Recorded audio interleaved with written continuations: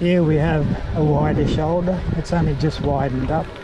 I assume this will just be for this hill section. Then I'll go back to a very narrow edge.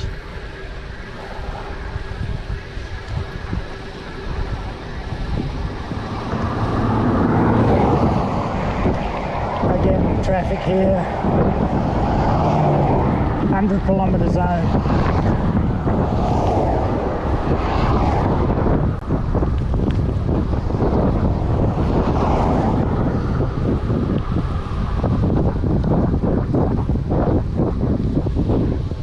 And if you are a driver watching this, please give us some room. I've had a couple of scary things riding along the edge of highways. One was on this road years ago, no oncoming traffic, and a motorhome was overtaking me and he didn't bother pulling out to go around. I only noticed as his passenger extended mirror just missed my shoulder. And before I could start swearing, I looked down and his stairs to the motorhome were still extended and just missed my leg. So that wasn't impressed. And the other close one I've had, and this is an important one for drivers to be aware of. I was going down a hill, I was holding good speed, I had a narrow shoulder to play on, and ahead of me I noticed the back end of a taipan. The head was in the long grass, so it didn't know I was coming, and within a fraction of a second I had to make a decision whether to take my chance with a deadly snake or traffic travelling at 100 kilometres an hour. I decided I'd go for the snake because I had a chance of surviving that. Just missed the very tip of its tail. So, be aware, drivers. We have more to think about and avoid than you are aware of. Catch 'em.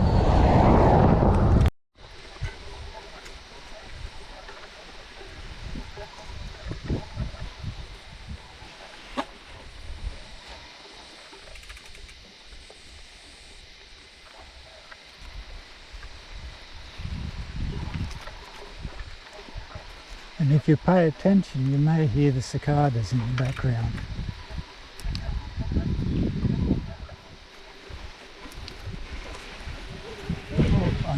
Oh, this is soft.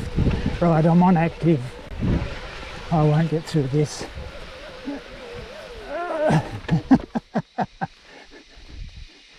Oh boy. And this is only the beginning. This is rated as a 40 kilometre circuit. They do recommend you allow 4 to 5 hours to do it, and that's in a 4-wheel drive. So I'll cheat, I'll ride on up here. The pine needles do give you a bit more purchase.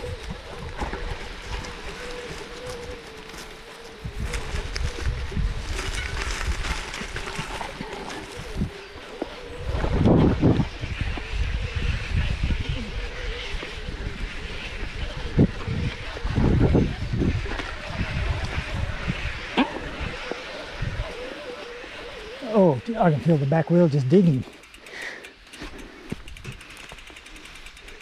Oh dear.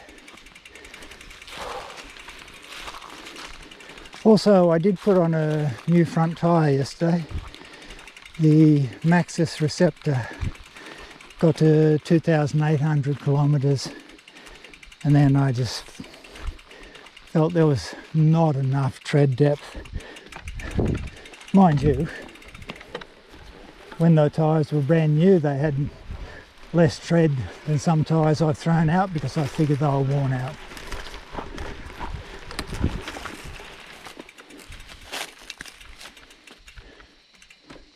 Oh, this is going to be a battle. It's not all sand, I do know that.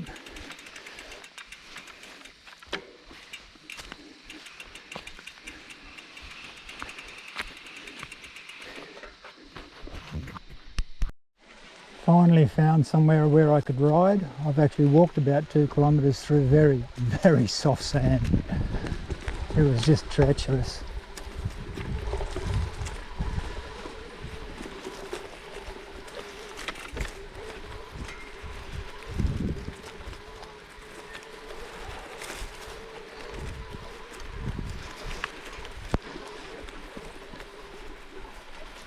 And last Saturday I mentioned I was going to pull some pins from my pedals.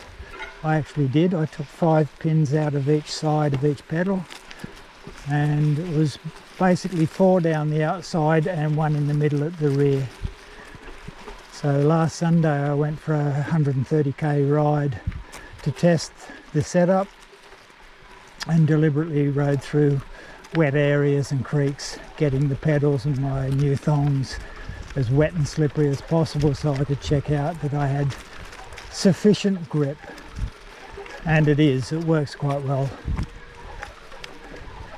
And since I've taken those off, I haven't hit the pedals on the ground. Oh, that reminds me, as mentioned, I did put a new tyre on yesterday. These tyres are, I did a rough lay against, and these tyres have about an extra 4 millimeters in height. So if and when you do change your tyres from the receptor to something that has tread depth, that will alter your speed and your distance measurement.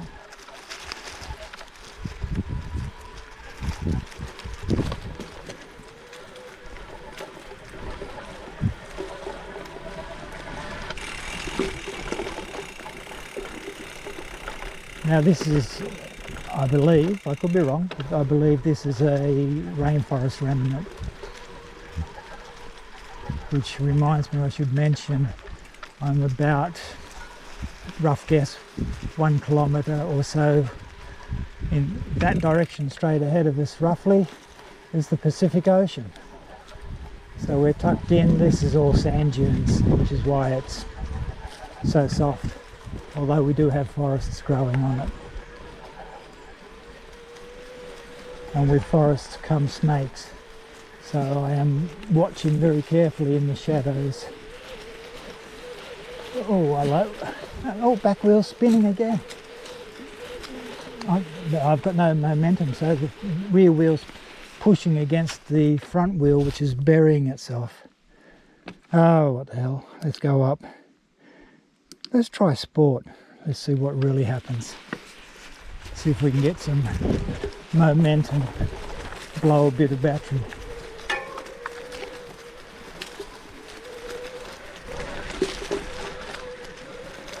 So if I can't get some momentum, then this loop is going to take a long time. And I know there are lots of soft sand sections at the back end, and they're not in shade, they'll be in the open Australian sun.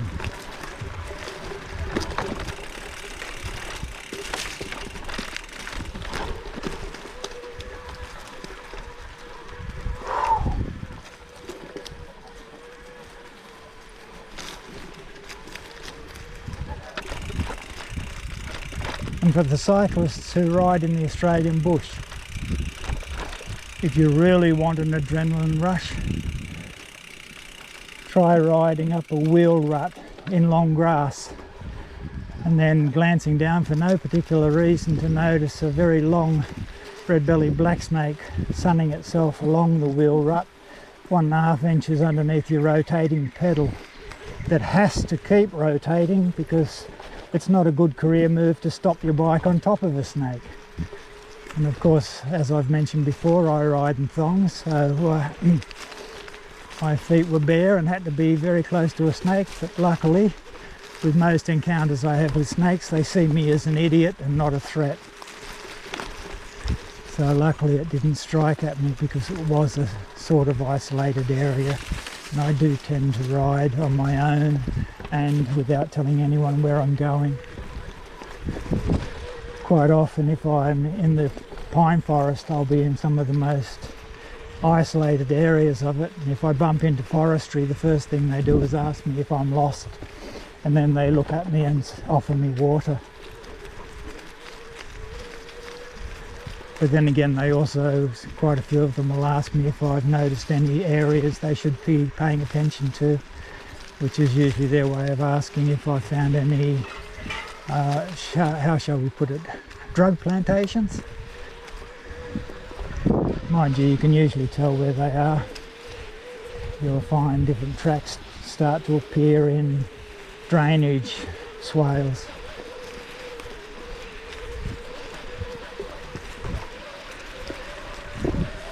Oh, we're going quite well here, and we're still on sport.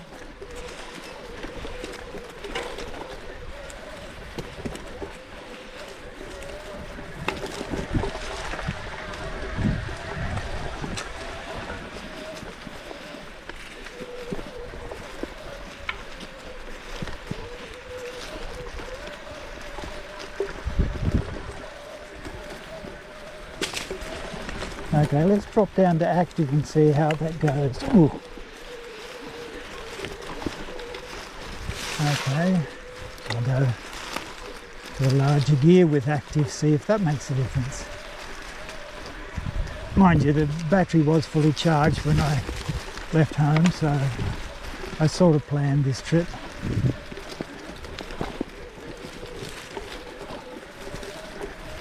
And it is beautiful going down through here, albeit bloody hard work. No, I've got to go up again. Right, we're on flat strap. We're on power. Oh! Right, let's drop back to sport. Okay, we got through that. Oh, quick mention. Last Sunday's ride, 130 kilometres. I blew the entire battery. I ended up doing a lot of riding into headwinds, and there were some strong headwinds. I really needed to go right up into sport just to cope with the headwinds. So that was interesting.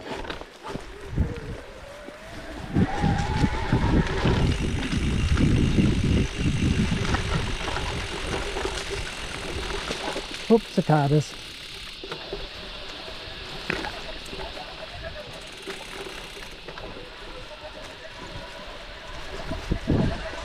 Surprised I haven't caught up with the goanna. Although it is really dry. Or maybe down near the creeks or waterways. Whoa, whoa, whoa! And for anyone unsure about having high set drop bars, I could not imagine doing this with the bar at the normal position. My wrists would be fatigued already. Okay, back up. Oh, right.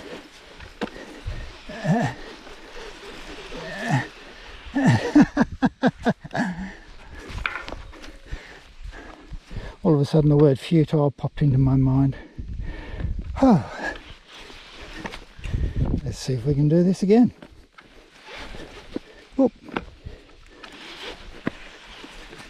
Oh no. What a hill, come on. Get some momentum. So that's where I stopped. Said the old man, huffing and puffing. Oh, it is beautiful here. And this is solid. Looks like the national parks have put rocks in here to try and get some bite. So I'm still on the power setting. Let's see how we go up here, shall we? As soon as I get some momentum, I'll drop back a couple of power levels if I can. Right, nice hill start. Back to sport, back to active, go up another gear, and I think I've only got one left. I don't think I've got many more large gears to go.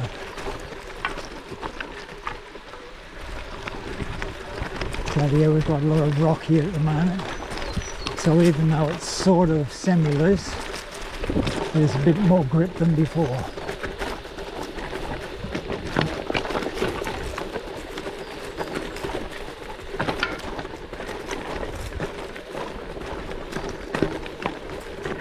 This rock does a couple of things. One, it saves four-wheel drives getting stuck, and two, it saves them digging everything to pieces and or searching for another way around and destroying more bush.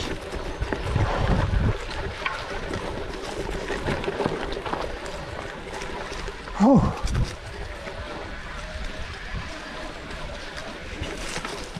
Up.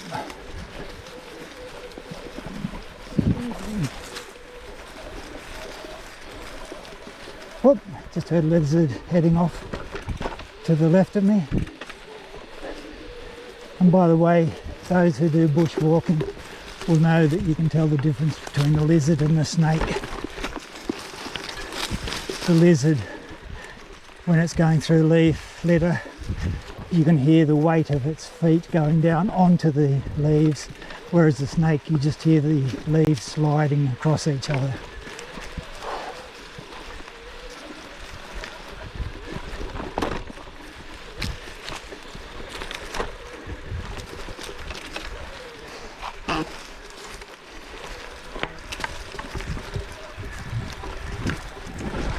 Oh.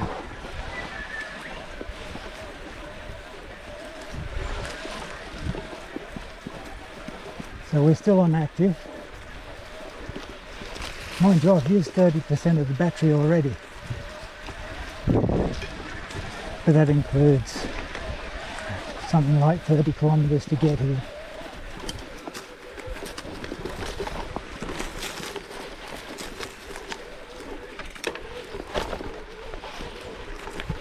Oh.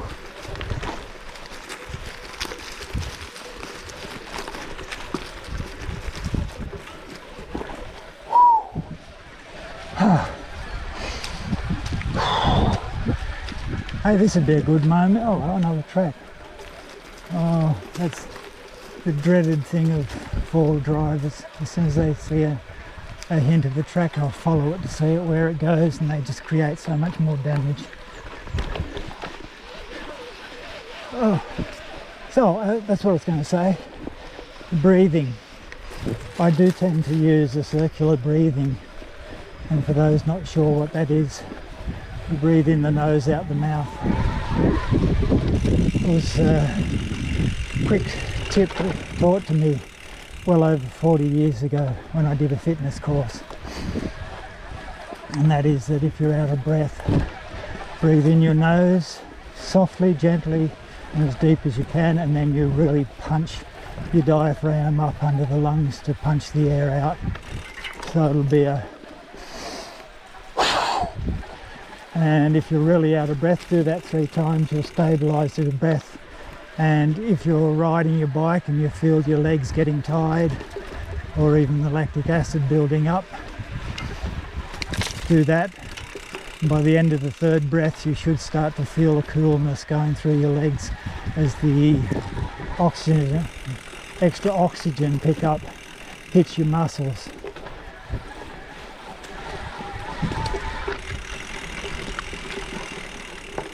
And anyone that's listened to me breathing while doing GoPro stuff, quite often you'll hear me breathe out, but you don't hear me breathe in.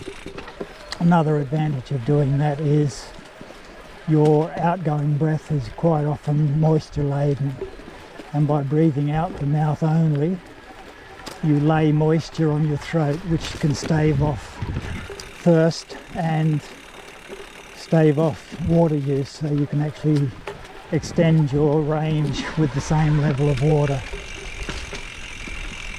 Years ago I did quite a few experiments where I'd weigh myself, take hydration levels, go for a 10-hour ride in the heat of summer. There was one particular one, I drank 3 litres of water and I still dropped 2 kilos in weight, and yet when I checked the hydration, I was only just starting to get into slightly dehydrated. So I do hold off. I don't sort of drink to try and keep ahead of hydration. I wait for hydration to tell me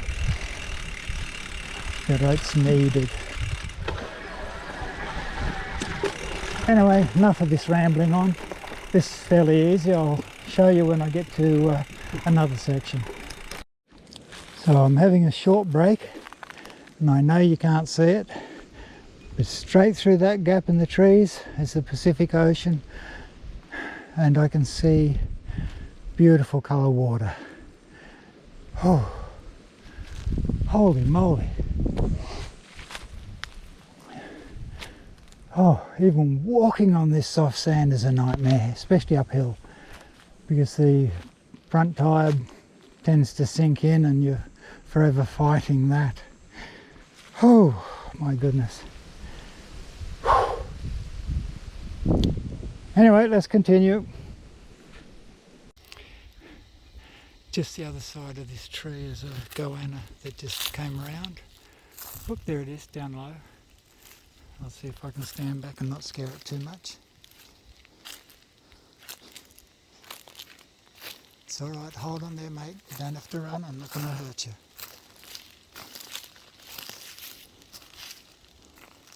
I think the fact I'm backing away may help it be a bit confident. There we go. Oh, let's zoom in for the head, shall we? Hello mate. Mind you, years ago I saw a snake going up a tree like that, and I have no idea how the hell it was holding on to the tree. It was amazing. Anyway, put enough breeze into you. Catch you around, fella. So we're still on that 40k loop in the national park. This is a stream running through. If you did run out of water, I would take a chance of drinking this. There's not too much human activity around the source of this, so you're just hoping there are no dead animals in it. Plus they do have a little area to get down, plus over there some steps. That's the way I've come. And there's a sign just behind me saying, steep ascent, drive slowly. Whew. This has been hard yakka. My goodness folks. I think I've done over 30 of the 40 kilometre loop, and I've walked at least 15 kilometres. I've even worked my butt off coming downhill, and quite often I look down and the tyres are buried and all I can see are rims. The sand is that powdery, that soft, and if I try and get up any speed, it just gets far too dangerous. So I'm exhausted, but I have to get home. Catch ya. Here we go folks. Holy moly. I've just finished the circuit track, the so-called 40 kilometres, and I can guarantee you I walked at least 20 of it. I've done this track quite a few times before over the years, and clearly I can't remember it because, my goodness, the sand, if I get a look up through there, is so soft, so powdery, so unrideable. There were times I looked down and I couldn't see tyre. The tyres were so far into the sand, all I could see were rims. I've bogged, I've stalled, I've fallen off, I've landed in a fallen tree. Oh, luckily I landed at the right part of a broken branch to get warned but not injured. That was close, so after that I did a lot of walking. My goodness folks, it's 4:30 in the afternoon and I still have about 25 kilometres to get home. And if I can come in, let's see if we can see this. I don't think we can. Let me read it for you. We've got 66 kilometres done and I have 6% of the battery left. Yes folks, I've sucked the battery dry. I was doing a lot of stuff on the higher power settings just because I had to, and I just couldn't work out how to get the bike to perform. Working gears, working different power levels, it was just a nightmare. So clearly I bow to the track. The sand has won. And now I have to ride along a highway edge to get home. Here's hoping the drivers are not dozy and they keep an eye out for me. I do have lights, but I try to get home before I have to use them. Catcher. Here I am. Stopped off at the shop on the way home for a double shot of sugar. I've done about 85 kilometres. Been a hell of a ride. And when I left the last video stop, I discovered that my gears are stuck on gear 11 and I cannot do power shifts with the levers, although I can do it with the bar control panel. But that's pointless. I've only got about 4% of the battery left, so I've done a lot of walking on the way home. Sun's already just setting, a little bit to go, and the headlight did work for at least an hour, and now it's run out of battery too, so I'm having one of those days. On the bright side, what I'll do is, I've already disconnected and reconnected the derailleur just to see if that'd do anything. Tomorrow I'll take the battery out, I'll clean all in there, and then I'll pull the motor cover off, and I'll check all the contacts in there, because a lot of the stuff I was on is very powdery dust, so it's possible some of that's got into the system somehow. So I'll go through it tomorrow, check it, clean it, see if I can reset it. If not, Monday I have to get it onto a bus and get it to the nearest retailer and ask him to have a go at it. Anyway, I'll finish my sugar hit and finish the ride home, and then collapse in a hot shower. Catch you later.